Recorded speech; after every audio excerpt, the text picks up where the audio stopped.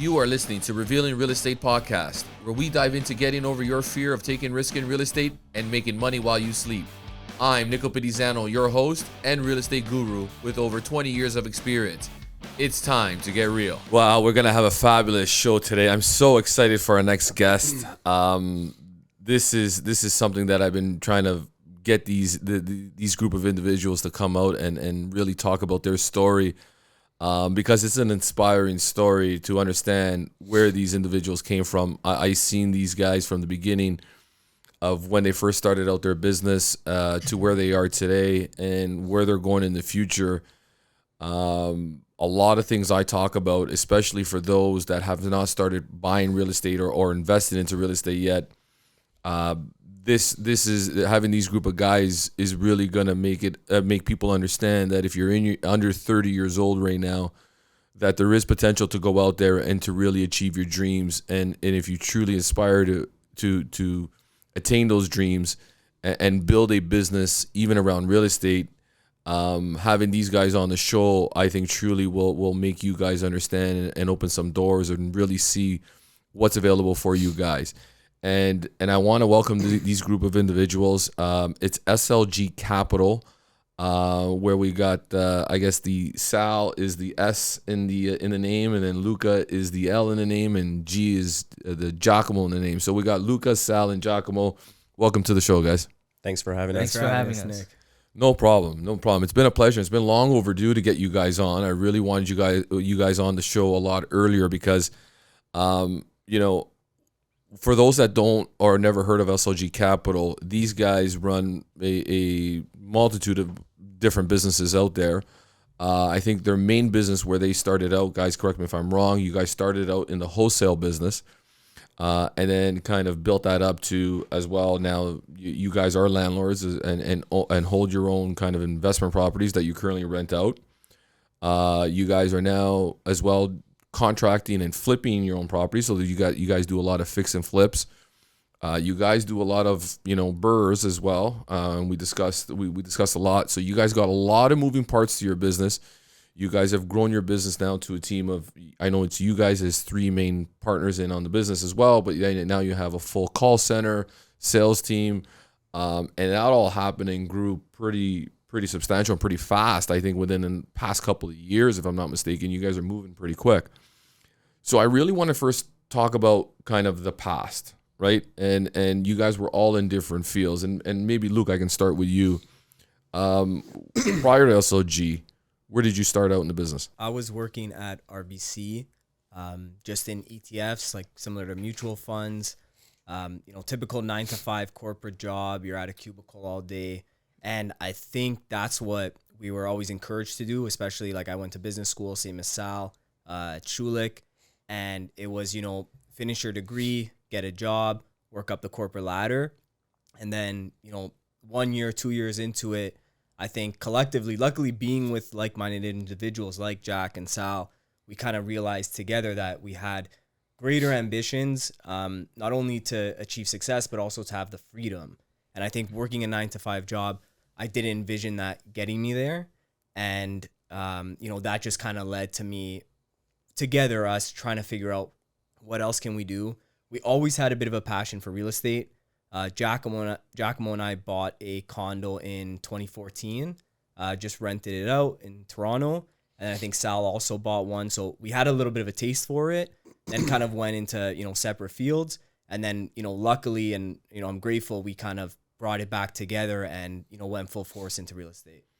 And Sal, how did you end up? What were you doing prior? Same thing. So I met Luca at Schulich, and then through Luca, I met Giacomo. They were best friends. Yeah. So we were at Schulich, and then went to go work a finance job. But I was kind of in the real estate field too.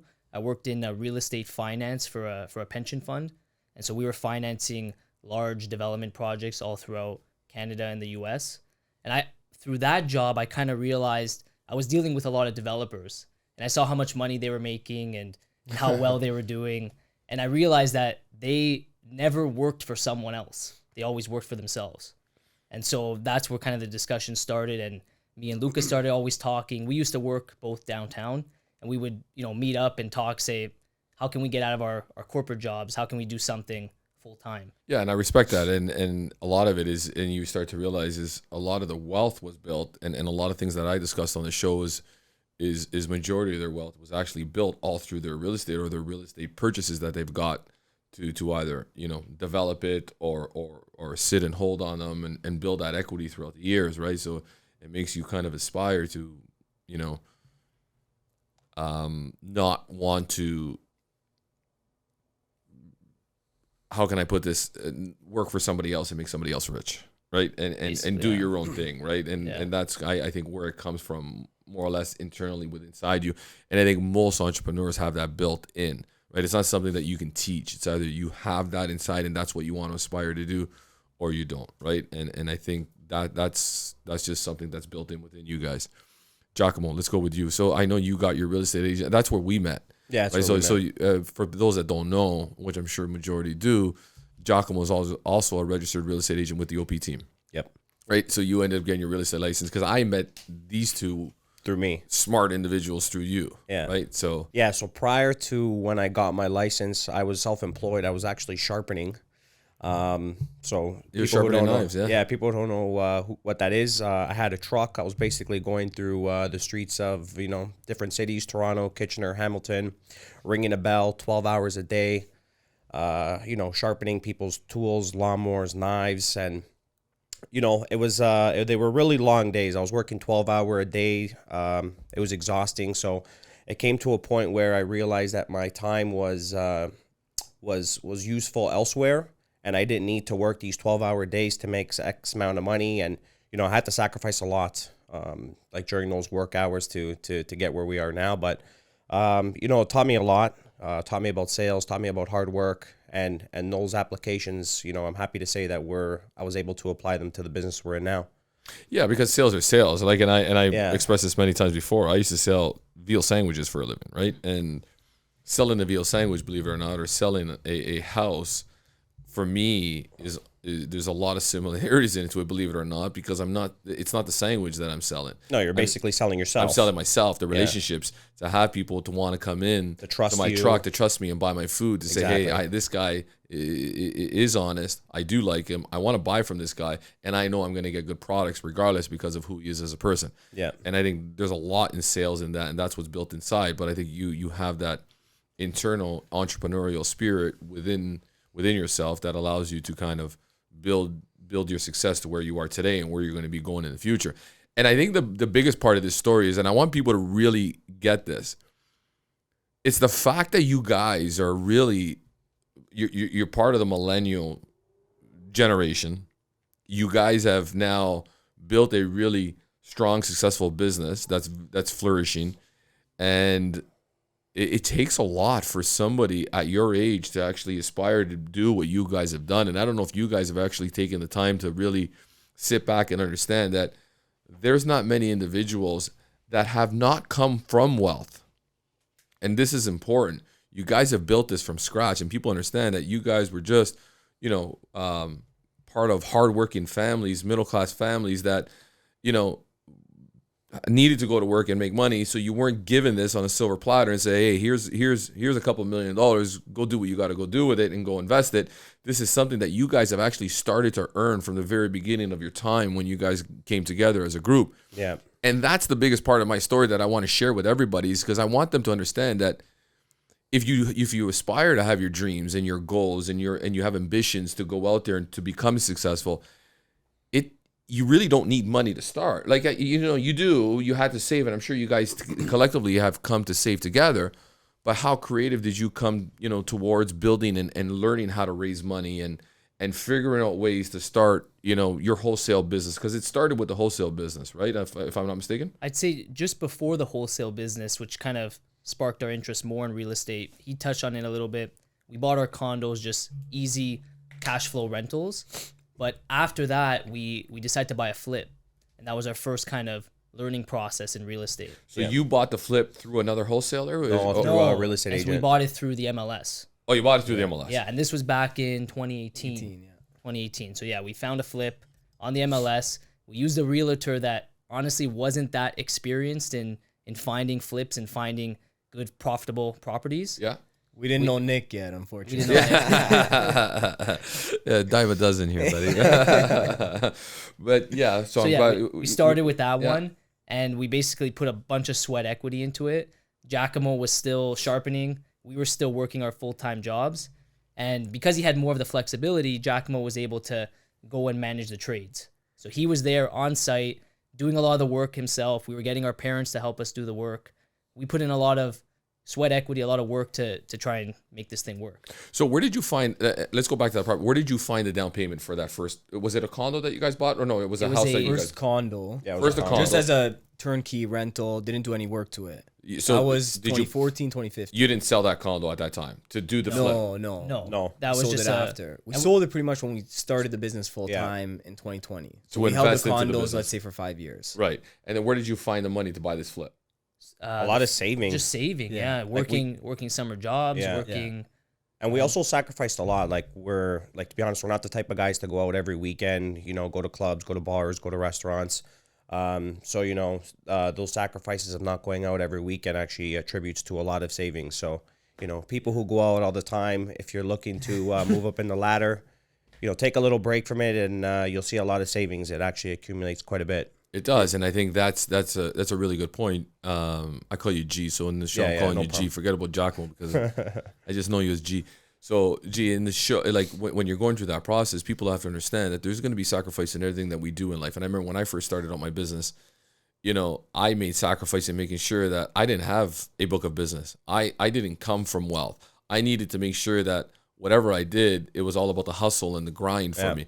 And I would be plugging away from 4 o'clock at night in the afternoons all the way until about 9 o'clock at night and making sure that I didn't go home because I had Mel's to feed at home and I had a mortgage and I had all that stuff, that I had to make sure that, hey, I'm not going home until I have somebody who says, yes, I need to sell my house, or yes, I'm looking to buy a home. Right? That was my objective every single day. I started plugging away and making that and making that, and there was a sacrifice to that, right? Yeah. And making sure that prospecting was always a regimen within my schedule, to the point where I am today, where a lot of the business now just kind of flows in, and I can pull myself away from that a little bit, right? I think what I want to start touching in on as well is focusing in on the wholesale side of things, right? Because wholesale, for those that don't know, and I was really new to, I didn't really understand the market in the wholesale side until I met you guys. And when I started observing what you guys were doing on wholesale, I'm like, there is such a market out there for this type of product. Because, and for those that don't know, and correct me if I'm wrong, wholesaling, when we consider wholesaling as a terminology within real estate, it's going out there to find sellers that want to put their house for sale, but not use a real estate agent necessarily to do it, because they don't want to go through the process of decluttering their home or getting their homes ready for sale or staging, or don't have the investment or the money to put into the repairs. Majority of these people are going through situations where they're financially, in a financial strain. They're people that are hoarders. Maybe somebody who's going through a divorce and it's a nasty divorce and they just want out of the deal. So, and et cetera, et cetera. And these are pretty much the individuals that you guys are looking to target through your marketing campaigns, right? So a lot of these people will even sell below the retail or MLS valuation of a realtor would put on this price tag, correct? Yeah, that's exactly it, right? And that's what we're looking for. We're looking to purchase below market value so that there's some room there for profit. And just to kind of give color and add to what Sal was saying, the reason we stumbled into wholesaling was because when we did that flip in 2018 through that realtor that didn't have much real estate investing experience, we basically overpaid for that property. And no matter how much we did the work ourselves and tried to save, we couldn't save enough to get to profit. We overpaid on the buy, so we didn't make profit on the sell, or we made minimal profit, right? And from there, we realized, to consistently flip and make profit, you need to make money on the buy. So you need to be purchasing a deal. And when we say a deal, typically you have to buy below market value, or you're buying such a distressed property that there's enough value you can add to recoup that profit. And Sal kind of stumbled, like we were trying to think, like, how do we get a deal? How do we find a deal? How do we buy something below market value? do we have to pick a street that we like and go door knock? And Giacomo was ready because he's used to being on the streets, ringing the bell. He was ready to door knock random neighborhoods. And then Sal stumbled, I think, just through YouTube on wholesaling, which is essentially marketing directly to sellers. Like you said, that for whatever reason, and the reasons definitely vary, but for whatever reason, their preference is not to sell on the market. They want to sell directly to a buyer. So Sal kind of stumbled on that. And initially, the goal wasn't to wholesale, to flip these contracts, but it was to find properties for ourselves so that we could flip and make a profit, right? And I think we just saw that there was so much value there that we could scale it beyond what we were capable of flipping ourselves and actually, assign those contracts to other buyers, other investors.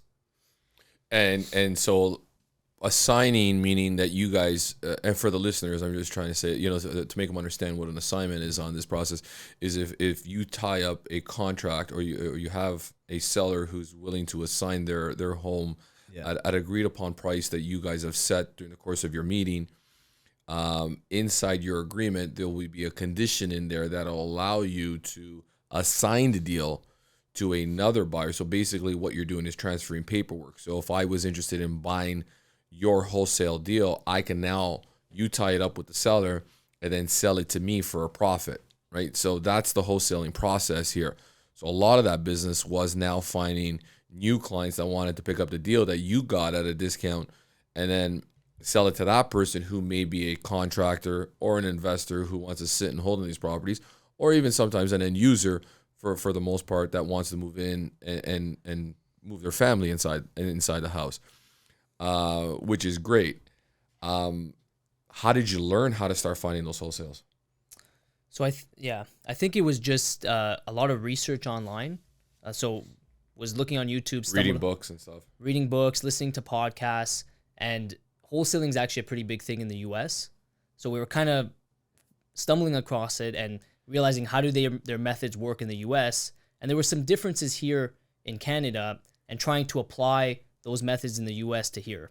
Specifically in the U.S., they have a lot more data for lists. So they can send mail to people that are in foreclosure or have a lot of equity or have certain problems with their house.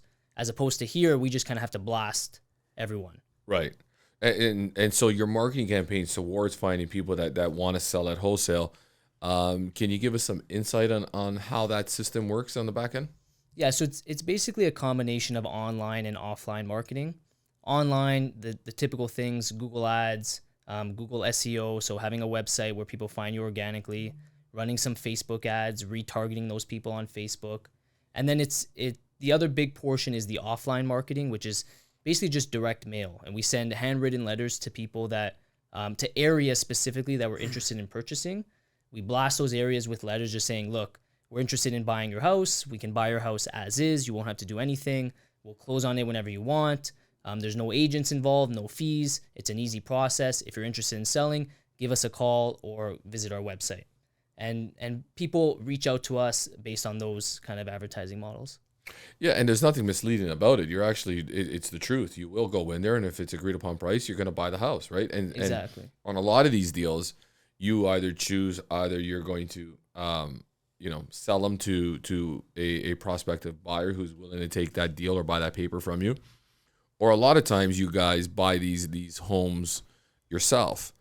Can I ask, being so young, under 30, you don't have a pool of money, in the bank yet at this point in time, and we're talking the very beginning parts of your stage. I remember you guys started to buy your own properties because one, you would do the BRRRR investment process, where you buy it, you retrofit it or renovate it, you refinance the deal, and then you repeat once again. Was a lot of that as how you guys started within the business of holding your own properties, and then because now you guys are actually flipping your own, right? You're going in there, you're renovating them, and then some of them you're assigning them. Can you tell me a little bit of your portfolio and how you guys, what did you guys start out with? Were you just doing more of the flips before you got into the sit and hold properties? For sure. So, like we said, the first flip, the one that we didn't make too much, we bought on MLS. That one was just from savings, from everybody working multiple jobs through the summer. and then maybe a year or so of full-time work, we took that money, rolled it into that flip, sold that flip, and then invested that into the next one. And then fast forward to 2020 is when we all kind of went full-time into the business. And at that point, we sold those condos that we had bought 5 years ago. Obviously, you know, paying down the mortgage, rental income, plus pretty good appreciation. We sold those and then invested that fully into the business. So, you know, call it a few $100,000. And that's what kind of started the flips.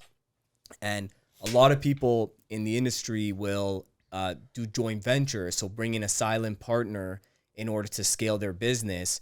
We kind of took a different approach where on the buy, we'll use some of our funds for the down payment plus the renovation money.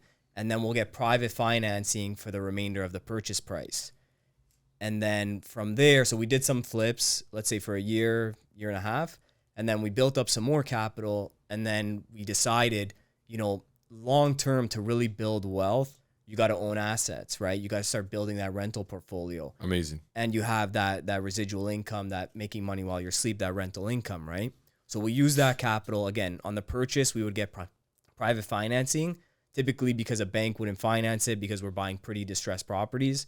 So if they're not livable, you know, A bank, B lender, likely not going to finance it. And it's also a lot easier to work with a private lender on the buy. Sometimes, like you said, the sellers are very motivated. They want to close in, let's say, 2 weeks.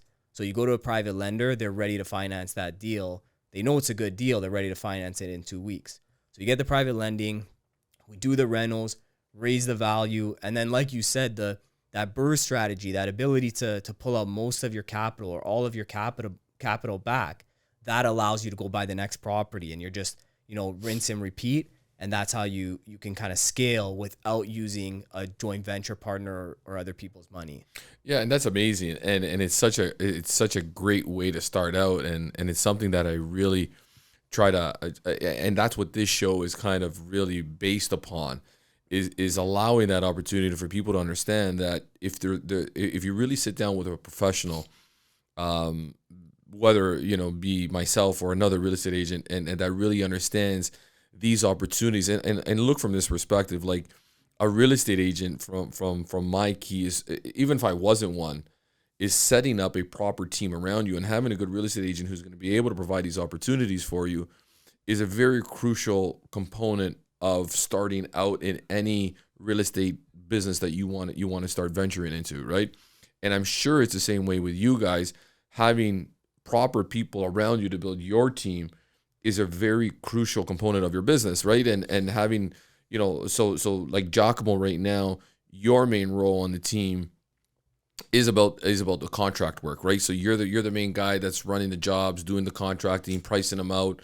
You started off going in there as you guys find these opportunities on the wholesale side that you're getting these rundown homes. Once you've taken possession of that property, you're going in there and just kind of gutting these houses up. We never started renovating ourselves. Like initially we were hiring contractors, and, you know, as we go on, we'll talk about it. But then we just came to the part where we just decided that contracting for ourselves was a lot better. Yeah, because I think, you having your real estate license, I remember at the very beginning stages, your role on the team was more or less getting your properties. And then once after they were complete, you would have a contractor that would do the renovations for you guys. And then you as the real estate agent would be putting them back on the market, right, through the team. Yeah. And then Sal, your role, I think, is more of a marketing director's role. And I think me and Lucas share a lot of that responsibility in terms of the sales management. He focuses more on kind of the financing. I focus more on the marketing, and yeah, just kind of that overall. When you're going to run a marketing campaign, right, for the wholesale side, because the wholesale side is what's something that really interests me quite a bit. When you're running marketing campaigns for the wholesale side, so we do a lot of direct mail. What's an average flyer run for you guys on direct mail? An average flyer in terms of what? Monthly spent. I would say monthly spent, and numbers wise, how many flyers you probably distribute on a month, if you don't mind sharing it. We're probably distributing over 100,000 flyers a month, I'd say. So there's an investment there. It's a significant investment. It's a significant investment, because I just tell you this much: at 1,000, you said 100,000 flyers a month. 100,000 flyers a month. You know, from my rate at Canada Post, I'm looking at 11 cents a flyer. Do the numbers on that, right? And that's monthly. Yeah. right? So this is, I want people to understand the scale of your business. And then we got Google AdWords, Yeah, Google Ads, yeah. which that's is the second biggest portion, and they kind of play hand in hand because a lot of times people will get our flyer. They'll be like, "Who's this SLG home buyer?" They'll search online, and the first thing that'll come up is our ad, and they'll click on it. And so oftentimes we'll call and we'll talk to these sellers and we'll say, "How did you find us?" The data shows that they clicked on our ad, but then we called them and they say, I got your flyer and I reached out to you. That's amazing. And then if I'm a client who's interested in selling my house, I'll go online, I see your ad, I register. Through that process, I remember you guys, and I want people to understand how you guys had to build this. I think it was you both, all three of you guys were working on making those calls and going to see those appointments and trying to close in on that transaction, correct? Yeah, I'd say at the beginning it was more, me and Luca specifically, and we would take that call from the beginning. The minute that lead would come in, we would talk to them, qualify the lead, whether it's a good lead. We would book the appointment. We'd go on the appointment together, sign the deal, and then on the wholesale side, we would send out that deal to our list, and one of us would deal with what's called the disposition. We would deal with the buyers on the other end, and people that were interested in the deal, we would negotiate with them to try and sell the contract. And I'd say where Giacomo came in was more when we decided to take down a flip, he would be managing the construction. Even when we had contractors back then, Jack was always there from kind of start to finish to make sure that the contractors are actually doing their work. Yeah, because you still have that aspect of that business that has to Exactly. run while you guys are still closing on that transaction. Everything has to be taken care of, right? I can't be, if I'm transacting and making 200 deals a year, I can't be at 200 properties every single year either, right? So Exactly. And he was focusing on kind of the agent business more back then and also listing our properties when they were finished. Nice.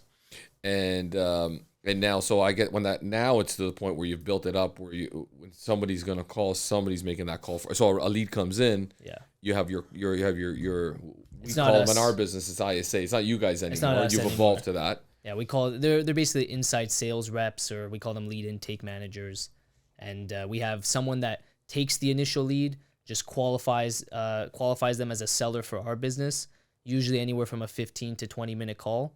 And once that lead is qualified, then they are passed off to what we call our home buying specialist, and they book an appointment specifically for him. He goes to the property and he tries to he's the closer. He tries to get the deal signed. Nice.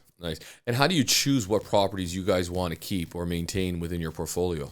We always look at it's a mixture of the area, the type of rentals required, and what's our capacity. So first thing, if let's say we have 5 flips on the go, Giacomo is busy enough already, we might be more inclined to assign it, right? Then the flip side, if we have nothing on the go, we're inclined to keep the construction team busy, we may want to flip it ourselves. And then a lot of times we'll send it out to our list, to our buyers list, see what we can assign it at. And sometimes for whatever reason, the buyers aren't as interested in certain deals where we might see there's more value there and prefer to flip it to maximize the profit. And then in terms of areas, like when we're purchasing rentals to keep long term, we try to narrow it down to a few areas. Our main 2 areas would be Sudbury and Welland. Just in terms of, we chose those areas for a combination of number one, cash flow, right? Every property has the cash flow so that we're not worried. We're not depending on appreciation to receive a return, because we don't know. Yes, over the long run, the market's going to go up, but as we're seeing today, there is those bumps and waves, right, that the market will go through. So if you have the cash flow, you have the tenant in there paying your mortgage, appreciation is just the icing on top. So we're trying to scale in a few markets because we find you create more efficiency, right? You're dealing with one property manager in that area. You have trades in that area, and it's just, it's simpler and easier to scale.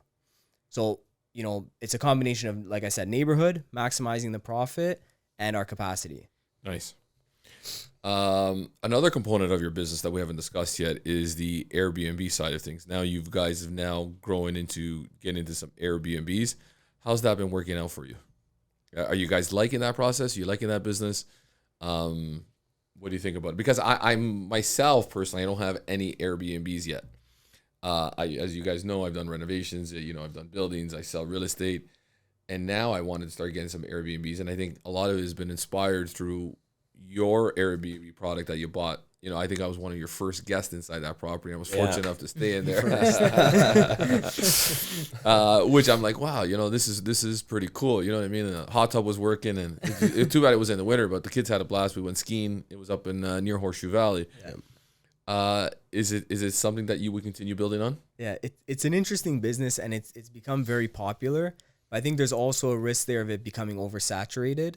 Number one, oversaturated. Number two, there's a lot more regulation. Like you're seeing a lot more townships actually banning Airbnb or banning short-term rentals unless it's your principal residence.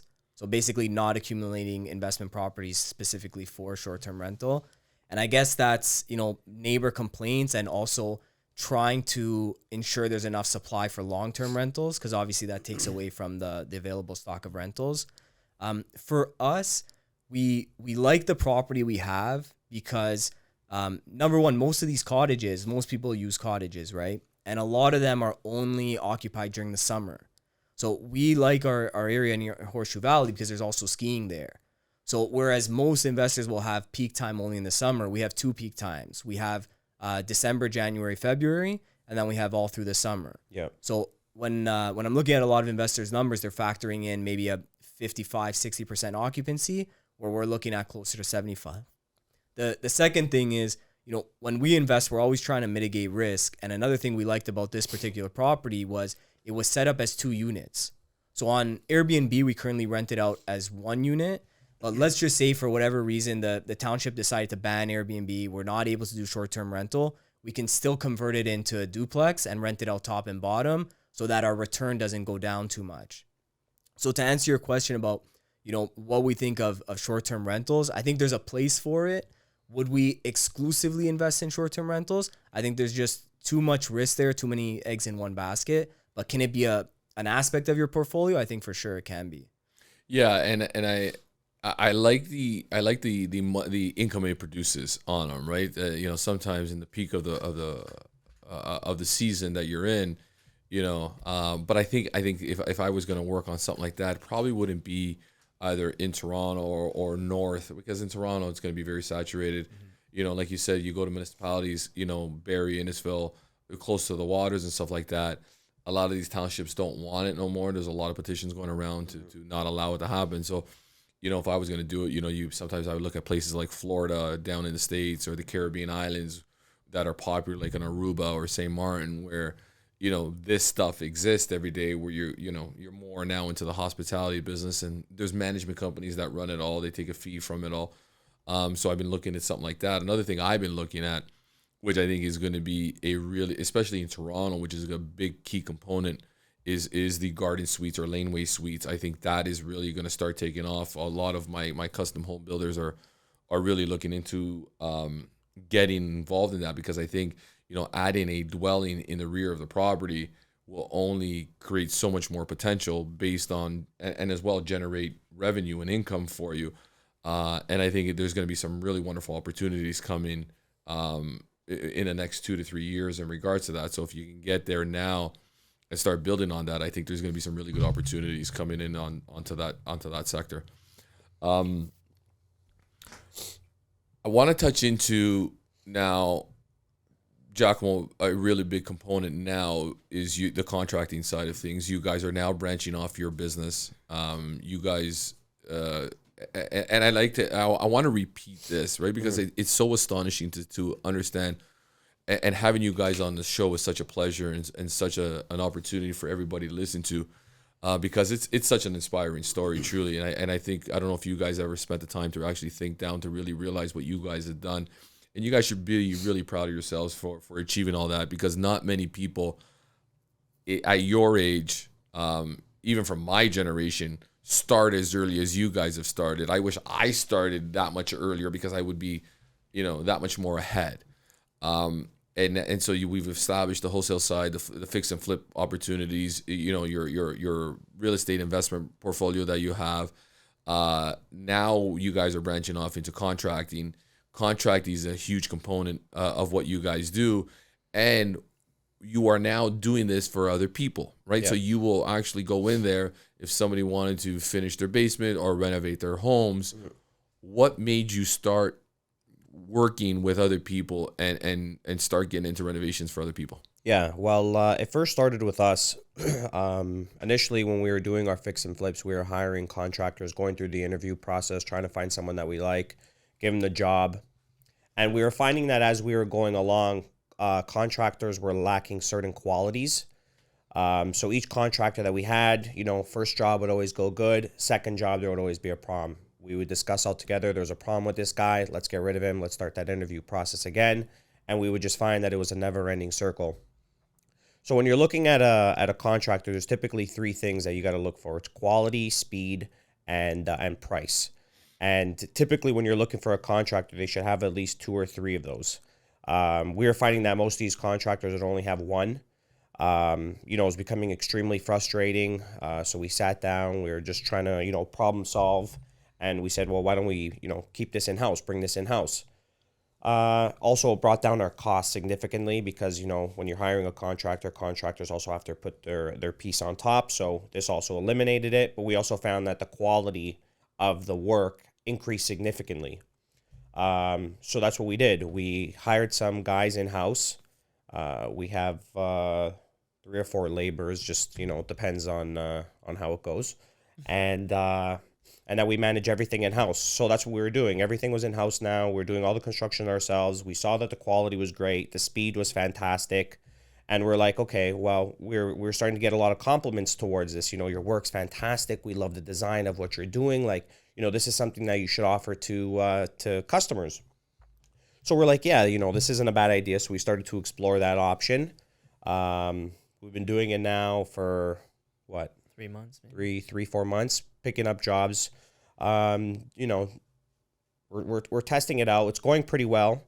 I would say the first job we had was a little bit of a hiccup. Our first job that we did into contracting because, it's a learning curve, right? You got to go in there. You're not doing the work for yourself. You're doing the work for clients. So you're not reporting to yourself. You're reporting to the client. Yeah. And the client all the time is, down your throat, texting you. They want this. They want that. They want this changed. They want this upgraded. So it's a little bit of a change. But now we've adapted. We've changed our structure. And now we're doing contracting work for clients. So it's coming out pretty good. Yeah, I think the biggest, and I've been through this myself, right? As you know, and I think the biggest component for me when I was dealing with with a contractor that I hired is, you come in there, they give you a price, they say that they're ready to start the job, right? And then, the biggest component to me is timing. For sure. Because time for me is everything. And I don't have time to allow this job to sit there and wait for you to do it for 2 months. I need you in. And I need you out. I ain't going to pay you, and I'm going to pay you a little bit more. And that's okay. I'm comfortable with that. But as long as you tell me you're in and you're out. And what I found was, and this was on numerous occasions, is that, all right, they come in, they start the job, they bring in their people, they got the house, have their tools ready to go. And then the next week, they're not there. The next week, they don't even show up. Yeah. And I'm like, well, why aren't you at the house? Well, we had to go back and finish another job. Yeah. No, that's not the agreement we made. I want you, when you start the job, you need to finish the job that we're in here right now, because that was part of our commitment when we did the deal. And a lot of times I'm hearing, a lot of things that I hear when I'm dealing with the contractors. Yeah, no problem. Well, once we start, we're going to be here. We're going to do this all the time. And the next thing you know, they're never showing up again, right? And then they're coming back 2 weeks, and now you're all frustrated, and there's a lack of and that's what I think is missing in the contracting is what do you think is different about you?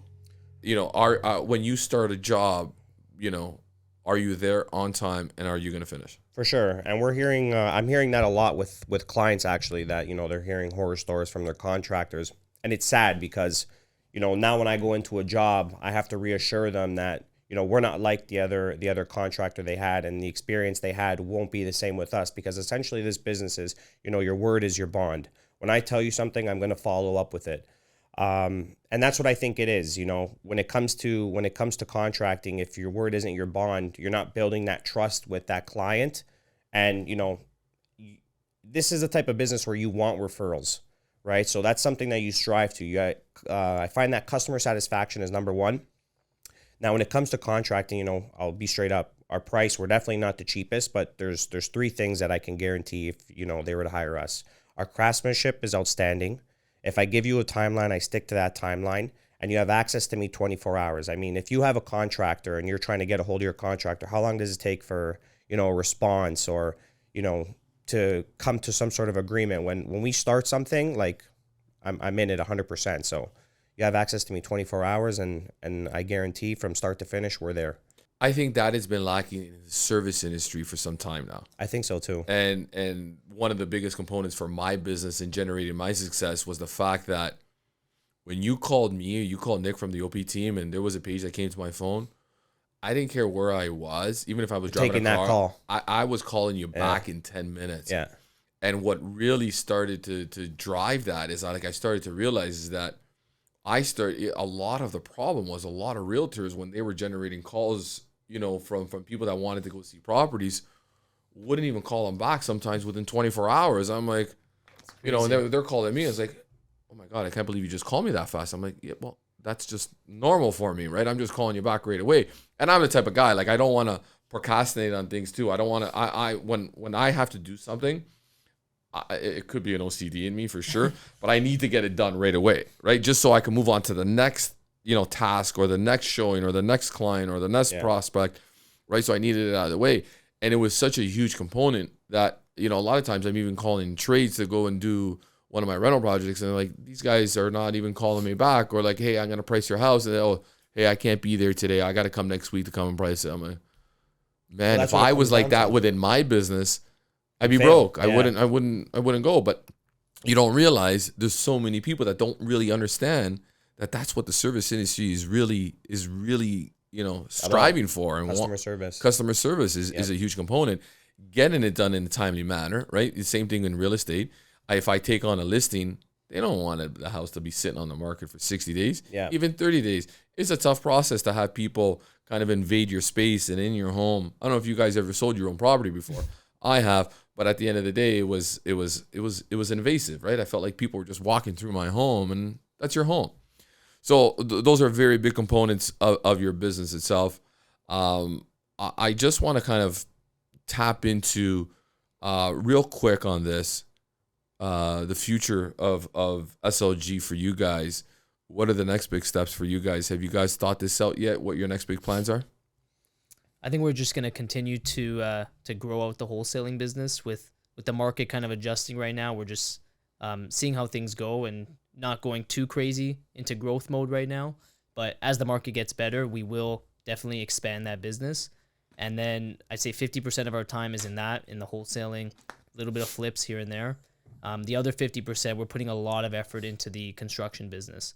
We really want to grow that over the next, say, 3 to 5 years. And we think, as Giacomo said, it's a high referral business. And as we start to have more happy clients, we'll have a lot more business in there specifically. Nice. I'll be quick on this. I have a client that ended up picking up one of your wholesale deals, because a lot of times when you guys do pick up these properties, the OP team has an advantage in a sense where we get first access to a lot of your deals, right? And of course, we are looking to, you know, connect relationships with people with finding good products for them. And, you know, a lot of that. And now I'm sharing this with everybody. Unfortunately, I got to, you know, show people my secrets of SLG, but it's okay. There's enough to go around for everybody.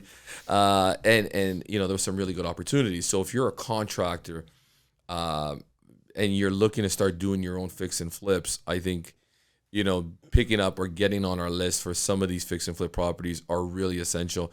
And I can tell you, man, I had one contractor on one flip that he did in Aurora that we ended up selling from one of your deals, where, you know, he ended up picking up this deal at $860. I think he closed in for $910. He did about $40,000 in rental. This guy ended up making about $250,000 on one of these deals. And, you know, those are some good returns on one deal. Do 10 of those a year, man, there's some nice income coming in. So if anybody's interested, just reach out to, you can go to, I'm sure you can find you guys on your website, slgcapital.com. I'd say on the wholesale side, go to slgpropertydeals.ca. Yeah. That's how you'll find, you can put in your information, be added to our list. slgcapital.ca if you want to reach out for any construction work. And our Instagram. And our Instagram. Yeah. Yeah, they are on Instagram. You're tagging it as SLG Capital. Yeah. SLG_Capital. Yeah. Or just reach out to the OP team too as well. We can make that connection. We don't mind.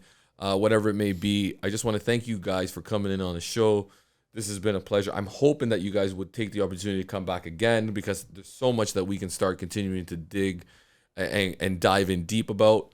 But Sal, Luke, Giacomo, SLG Capital, thank you guys, man. This has been a pleasure. Thanks for having us. Thanks, Nick. Looking to buy or sell? Call a team you can trust.